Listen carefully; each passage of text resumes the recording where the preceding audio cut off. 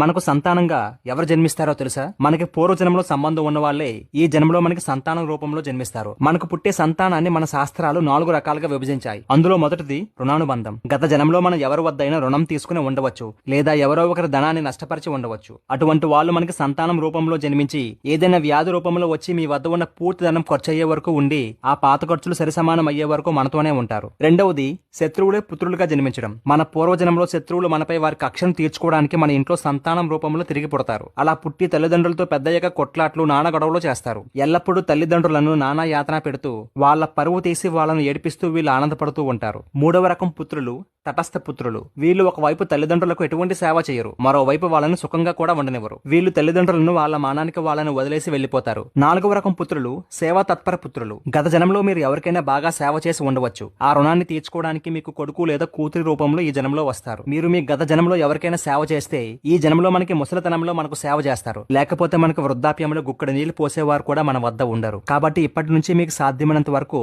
మీ తోటి వారికి సహాయపడండి.